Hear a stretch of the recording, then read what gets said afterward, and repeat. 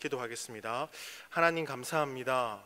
예배를 통해 하나님을 더 알아가고 또 가까이 할 수 있는 우리의 삶이 되도록 인도하여 주시고, 하나님께 영광 돌려드리는 우리의 삶이 되도록 인도하여 주옵소서. 섬기는 모든 손길 위에 함께하여 주옵소서. 감사하며 예수님의 이름으로 기도합니다. 아멘. 우리 옆 사람과 인사하겠습니다. 예수님의 이름으로 사랑합니다. 예수님의 이름으로 사랑합니다. 네, 교회 표어입니다. 성경을 읽고 듣고 지키는 자는 복이 있습니다. 아멘. 오늘 저는 함께 읽은 고린도전서 3장 1절에서 11절 말씀을 가지고 공동체를 세우는 재료, 공동체를 세우는 재료라는 제목으로 말씀을 전하고자 합니다. 여러분, 문제 없는 교회가 있을까요? 여러분 어떻게 생각하십니까? 문제 없는 교회가 있을까? 자, 그리고 여러분, 교회는 세상과 달라야 한다고 생각을 하십니까? 달라야겠죠. 그럼 성도는 세상과 달라야 할까요? 당연히 달라야 하겠죠. 자, 그러면 여러분들에게 묻고 싶습니다. 여러분은 세상 사람들과 무엇이 다르십니까? 저를 생각해 보면 저 역시 별로 다르지 않다라는 것을 보게 되어집니다. 여러분, 교회는 달라야 한다, 성도는 달라야 한다고 생각한다면 여러분은 정말 세상과 다르십니까? 다르다면 여러분은 구체적으로 어떻게 다르십니까? 난 이런 게 다르지. 한번 생각해 보십시오. 자, 새가족 분들이 종종 교회에 나오다가 실망하고 교회를 떠나기도 합니다. 자, 그리고요, 성도님들이 교회를 다니다가 교회를 떠나기도 합니다. 왜냐하면 교회도 세상과 똑같구나. 그리고 어떤 분이 그런 이야기를 하시더라고요. 오랫동안 직장 생활을 하셨던 분이신데요, 목사님, 교회도 회사와 똑같은 것 같습니다. 교회에도 부장님이 계시고 차장님이 계시고 대리도 있고, 지도하는 분도 있고, 목사님 이렇게 회사 같다라고 느껴질 때가 있습니다 라고 하시더라고요. 자, 그렇다면 앞에 서 있는 교역자는 뭘까요? 대리일까요? 부장일까요? 여러분 혹시 그거 아십니까? 선배님이 저에게 가르쳐 주신 찬양인데요, 승복 목사 안수를 받고 난 이후에 선배님께서 이 찬양을 꼭 기억해 라고 하시더라고요. 가사가 이렇습니다. 우린 아무것도 아닙니다.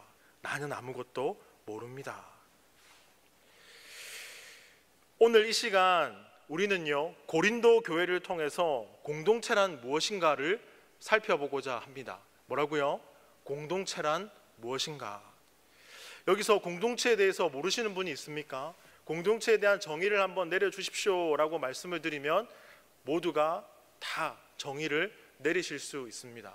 공동체에서 가장 중요한 요소는 무엇입니까? 라고 물으면 목사님, 이러한 부분들이 중요하죠 라고 다 말하실 수 있습니다. 그래도 공동체란 무엇인가? 오늘 말씀을 통해서 살펴보고자 합니다. 여러분, 사실 고린도는요, 번성한 도시, 해상교통의 요충지입니다.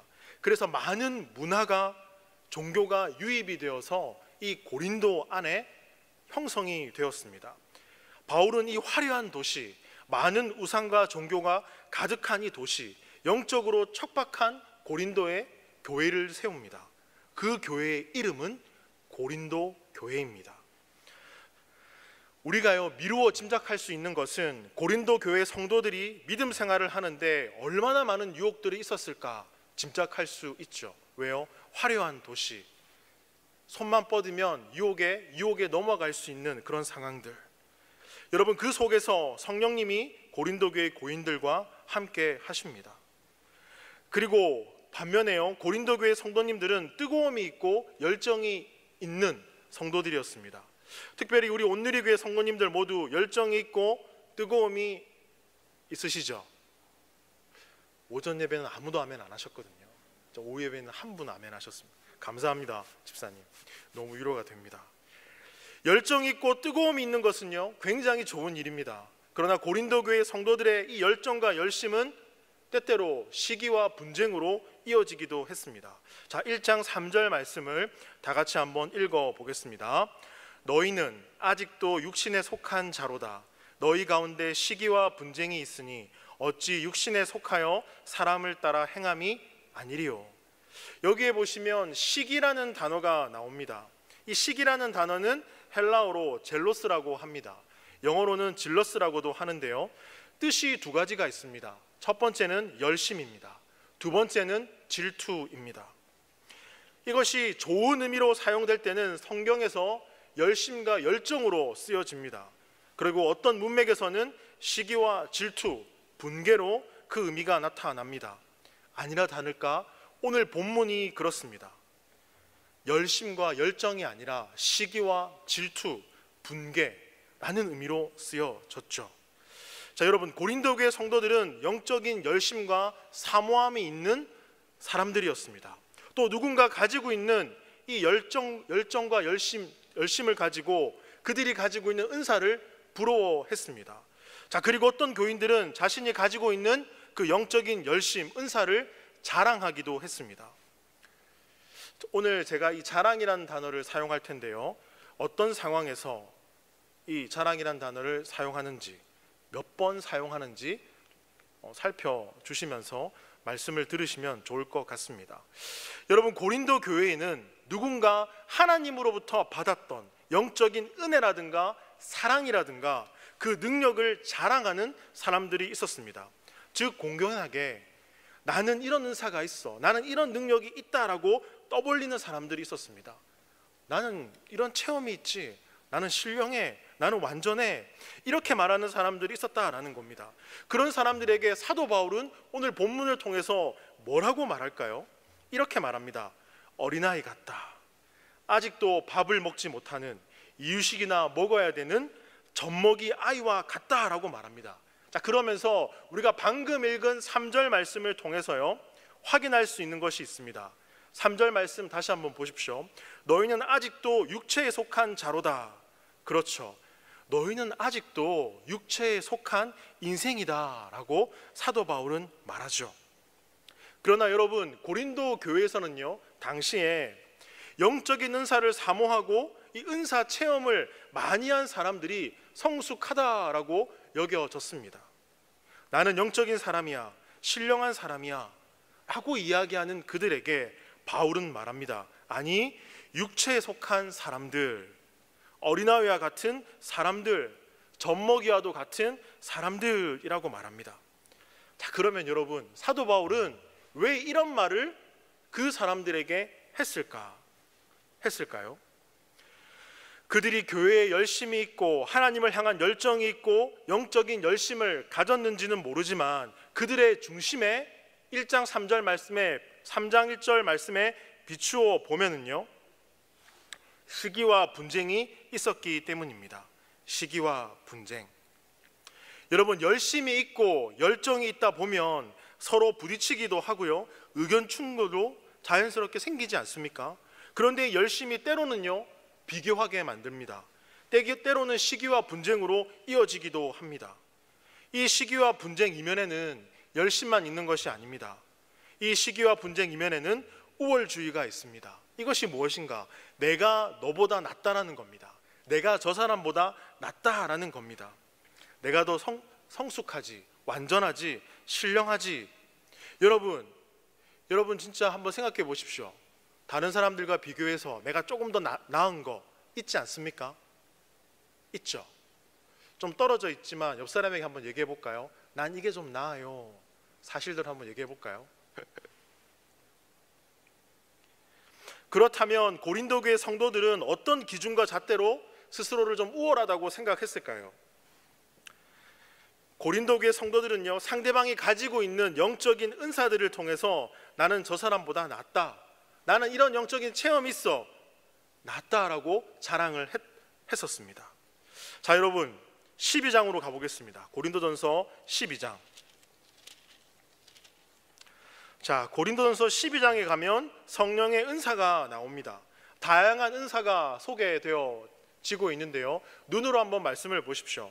어떤 사람에게는 병 고치는 은사, 어떤 사람에게는 능력 행함의 은사, 예언하는 은사, 영을 분별하는 은사, 방언을 하는 은사, 방언을 통역하는 은사를 주었다라는 겁니다. 그렇다면 여러분, 방언하는 은사, 통역하는 은사들 가운데 어떤 은사가 큰 은사입니까?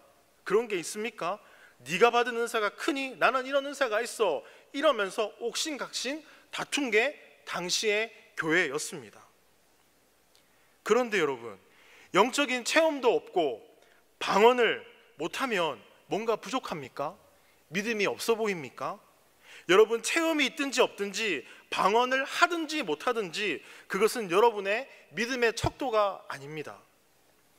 바울은 성도들 안에 영적인 이러한 문제들이 심해지니까 이렇게 말씀을 전하는데요. 자, 고린도전서 12장 12절 말씀 다 같이 한번 읽어 보겠습니다. 몸은 하나인데 많은 지체가 있고 몸의 지체가 많으나 한 몸인과 같이 그리스도도 그러하니라. 사도 바울은요, 교회와 공동체를 우리 몸에 비유합니다. 자, 그러면서 12장 12절 이하의 말씀을 보면 이런 질문을 던집니다. 여러분, 눈이 중요합니까? 손이 중요합니까? 고린도 교회 성도들은 답이 없는 문제로 다퉜거든요. 눈이 중요하지. 아니야, 머리가 중요해. 우리 몸에는요, 근데 다양한 지체가 있습니다. 이 지체가 모두 연결되어져 있죠. 모든 지체들이 협력하고 균형을 이루고 조화를 이룰 때 우리는 비로소 그 사람을 보고 건강하다라고 이야기를 합니다. 여러분이 건강한 그 사람이 되기를 소망합니다. 교회도 공동체도 마찬가지입니다. 서로 사랑하고 서로 섬기고 서로 조화를 이루고 균형을 이루는 것이 너무나도 중요합니다. 또 상대방의 의견을 이해하고 존중하고 배려하고 용서하고 용납하는 것, 이것이 공동체와 교회에서 중요하다라는 것입니다. 하나님께서 성령을 통해 성도들에게 다양한 은사를 주셨습니다. 또 각자의 개성과 인격과 상황을 따라 다양한 은사를 주셨습니다.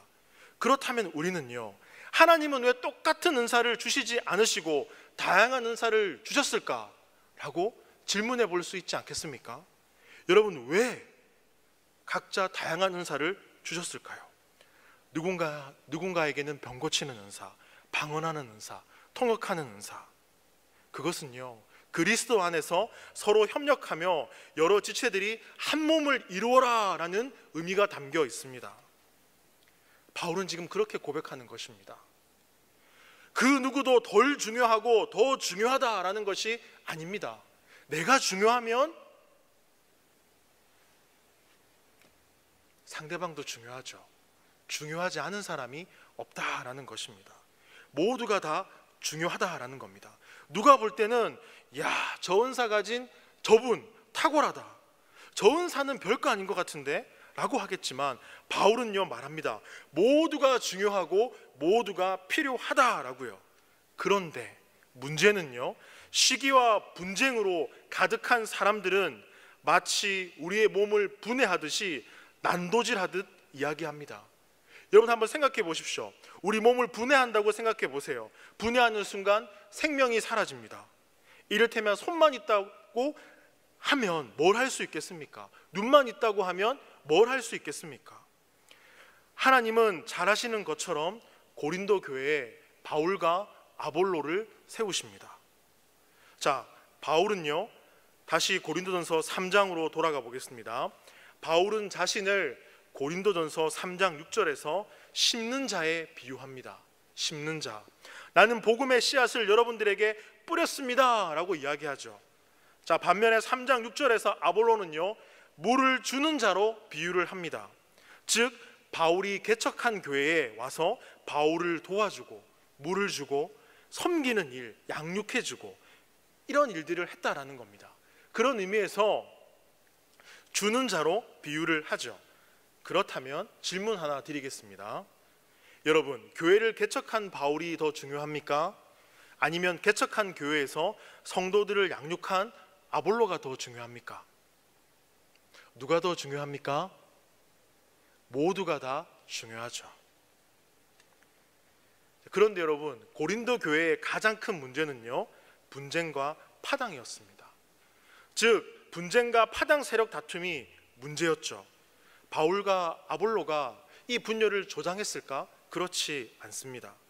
명확하게 성경은 여기에 대해서 말해주지 않습니다. 저는 개인적으로 그 분열에 가담했다고 생각을 하지 않습니다. 왜냐하면 육체에 속한 자들이 스스로 나는 바울파야, 나는 아볼로파야, 아니 나는 게바파야, 나는 그리스도파야, 이렇게 나누었던 거죠. 그런데 중요한 것은요, 같은 교회 내에 이런 분열이 생기면 어떻게 사명을 감당할 수 있겠습니까? 여러분, 예수님은 승천하시기 전에 우리에게 지상명령을 주셨습니다. 사명을 주셨죠. 마태복음 28장 19절에서 20절 말씀입니다.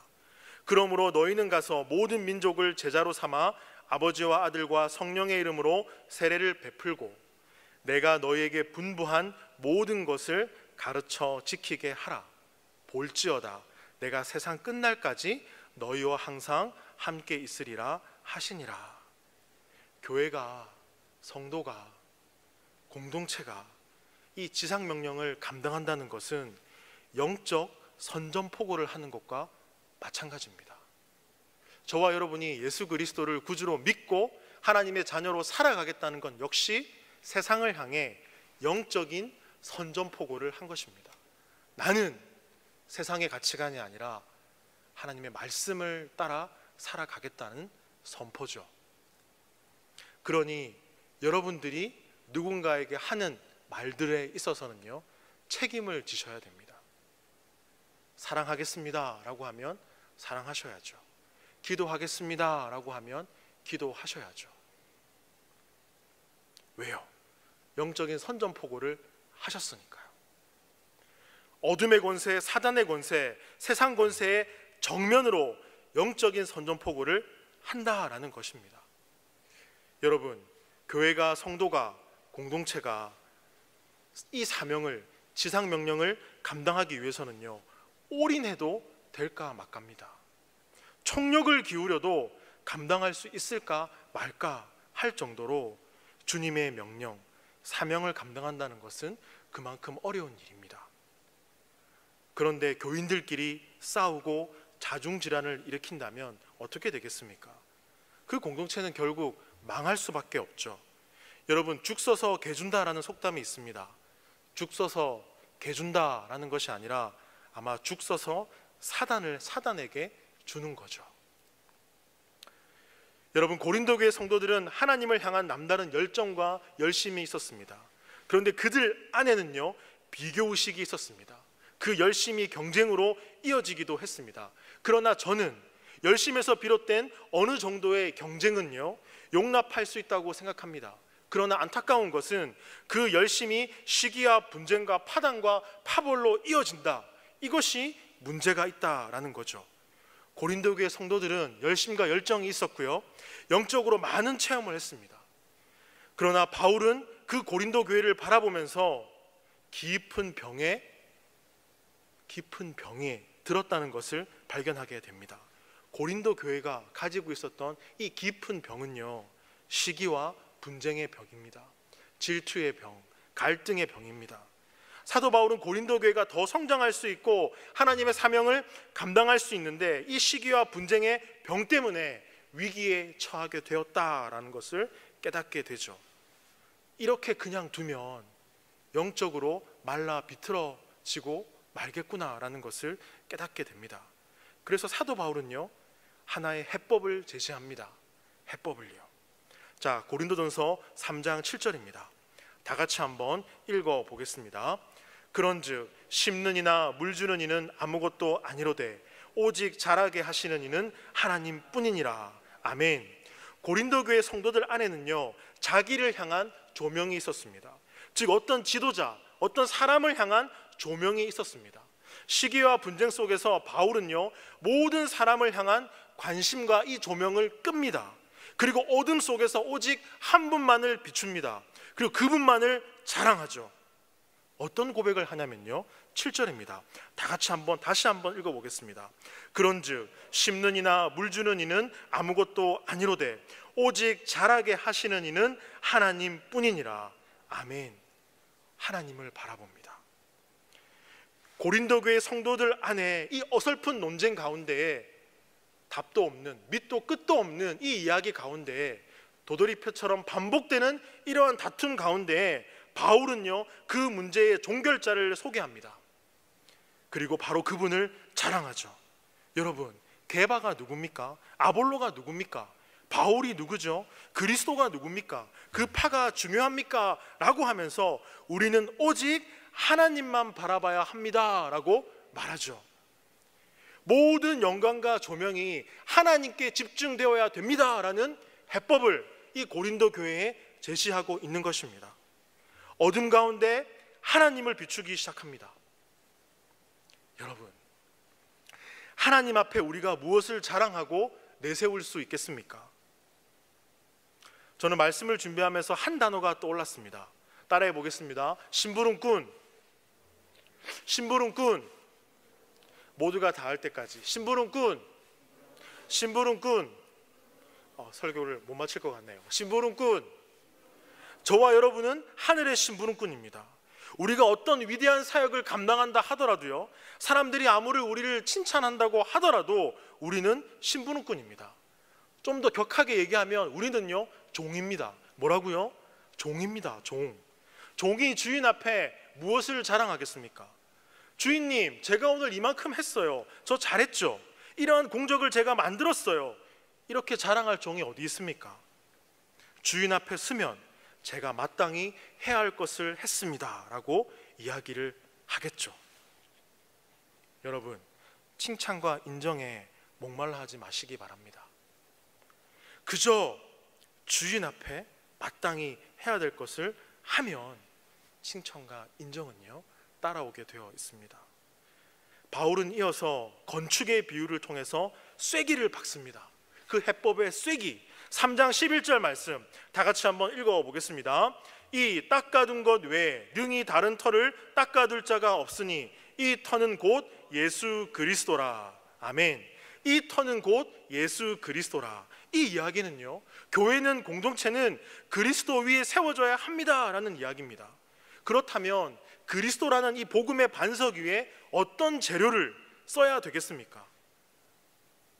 바울은 기본적으로 그리스도라는 복음의 반석 위에 고린도 교회를 세웠습니다. 고린도 교회의 기초는요, 예수 그리스도입니다. 고린도 교회의 반석은 예수 그리스도입니다 라고 바울은 고백하죠. 여러분들이 어떤 재료를 쓰는가에 따라서 교회의 미래는요, 교회의 운명은 바뀔 수 있습니다 라고 이야기하고 있죠. 여러분, 교회, 즉 공동체를 세우는 재료는 무엇입니까? 오늘 이 질문이 바로 오늘 말씀의 제목인데요, 공동체를 세우는 재료는 무엇입니까? 뭐라고 생각하십니까? 바로 저와 여러분입니다. 따라해 보겠습니다. 우리 모두입니다.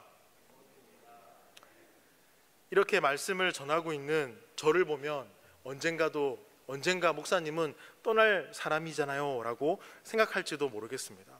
그러나 어찌되었건 저는 교회를 세우는 재료는요, 바로 저와 여러분이라고 생각합니다.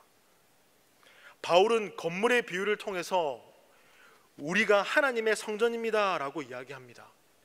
하나님은 더 이상 예루살렘의 이 건물 안에 머무른 분이 아니다 라는 거죠. 이것이 그 당시 얼마나 파격적인 이야기인지 아십니까? 당시 이스라엘 백성들은 하나님이 성전 안에만 계신다라고 믿었거든요. 그런데 바울은 우리 모두는 하나님의 영이 거하시는 우리가 하나님의 성전입니다 라는 파격적인 이야기를 합니다. 즉 하나님은요, 성전, 건물 안에 계시는 분이 아니라 우리 안에 계시는, 그런 면에서 우리가 하나님의 성전입니다 라고 이야기를 합니다. 그런 의미에서 저와 여러분이 교회를 세워나가는 재료입니다. 뭐라고요? 그런 의미에서 저와 여러분이 재료라는 것입니다. 여러분이 바로 움직이는 교회요. 그런데 움직이는 교회로서, 하나님의 전을 세우는 교회로서 여러분이 부실하다면, 여러분이 믿음의 발걸음을 내딛지 못한다면, 믿지 않는 사람들과 믿음 없는 인생들과 똑같이 살아간다면, 악한 길을 걸어간다면, 뭘 잘못했는지 모르고 살아간다면, 그러한 재료라면 앞으로 교회의 미래는 어떻게 되겠습니까? 기초는 있지만 그 모든 건물은 지지 않을까요? 예수 그리스도라는 기초는 알고 있지만 결국 허물어지지 않을까요? 그저 그렇게 살아가니까요. 사도 바울은 그렇게 말합니다. 지나친 열심과 시기와 질투, 내가 더 우월해, 그런 재료들, 성도들이 많은 교회는 미래가 없다라고 합니다. 우리는 예수 그리스도라는 이 복음과 반석 위에 세워진 교회입니다. 우리가 교회다라는 겁니다. 이게 중요합니다. 저와 여러분은 어떤 재료입니까? 오늘 말씀에서 가장 중요한 질문은 저와 여러분이 어떤 재료인가입니다. 만약에 저와 여러분이 그냥 부실한 재료로 없어질 재료라면, 그런 재료라면 한국 교회는 없죠. 다음 세대는 없을 것입니다. 환난과 어려움 가운데서도 견딜 수 있는 재료가 아니라면, 더딜지라도 이 믿음의 길을 올곧게 걸어가는 모습이 없는 재료라면 우리는 그냥 없어지는 겁니다. 여러분에게 묻고 싶습니다. 여러분 이 땅을 살아가면서 스스로 어떤 재료가 되기를 원하십니까? 어떤 재료가 되기를 원하십니까? 여러분, 새 생명과 생명을 잉태할 준비가 되셨습니까? 아이가 태어났는데 부부가 맨날 싸운다고 가정을 해보십시오. 아이를 건강하게 키울 수 있을까요? 부모가 되기 위해 얼마나 많은 준비를 해야 되는지 모릅니다. 아기가 태어나면 아기에게 모든 초점이 맞춰지죠. 아기를 위해 배려하고 섬기고 사랑하고 희생하고, 이러한 삶의 모습이 우리의 공동체의 모습이 되어야 되지 않을까요? 내가 성도라면, 또 여러분의 가족과 친구들에게 여러분은 정말로 하나님이 매력적인 분으로 그렇게 그 믿음을 증거하며 살아가고 계십니까? 아니, 너만 믿어라 혹은 그러지 않습니까? 여러분은 6일간 세상에서 도대체 어떤 재료로 살아가고 계십니까?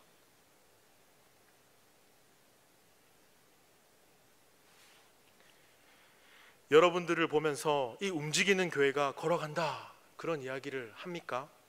아니면 야, 너 나랑 똑같아 라는 소리를 들으십니까? 아니면 너 교회 다녔어? 이런 이야기를 듣고 계십니까? 아니면 교회 다닌다는 것을 숨기고 계십니까?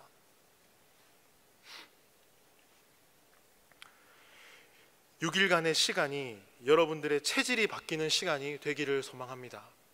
하나님의 말씀을 붙들고 내가 어떤 재료로 살아갈지 생각해보고 묵상해보고,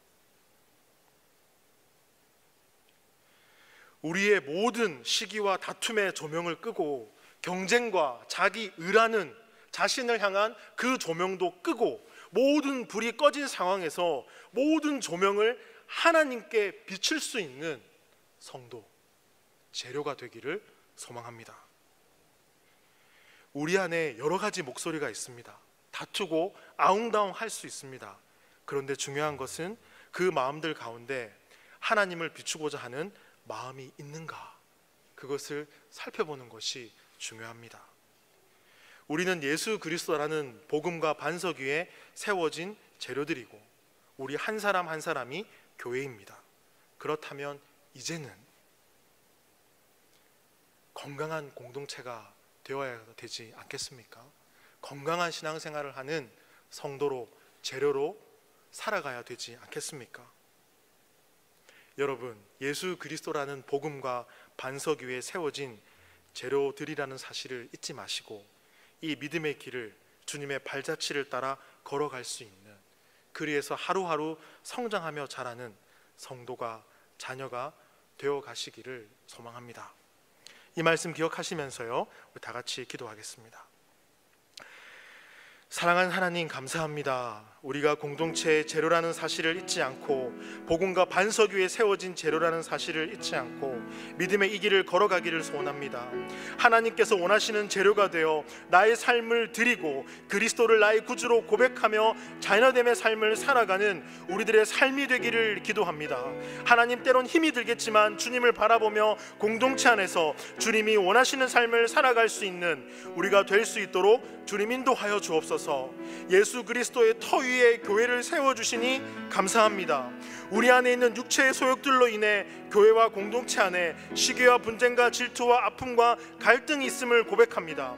지나친 비교와 경쟁의 열심, 자기 자랑이 사라지고 주님의 지상 명령을 기억하며 하나님 나라를 위해 사랑하고 한 몸을 이룰 수 있는 우리 모두가 될 수 있도록 주님 인도하여 주옵소서. 그리하여서 내가 바로 하나님 나라의 그 귀한 재료로 사용되어지기를 소망합니다. 그렇게 믿음의 이 길을 올곧게 걸어가기를 소망합니다. 주님 함께하여 주시고 인도하여 주옵소서. 감사하며 예수님의 이름으로 기도합니다. 아멘.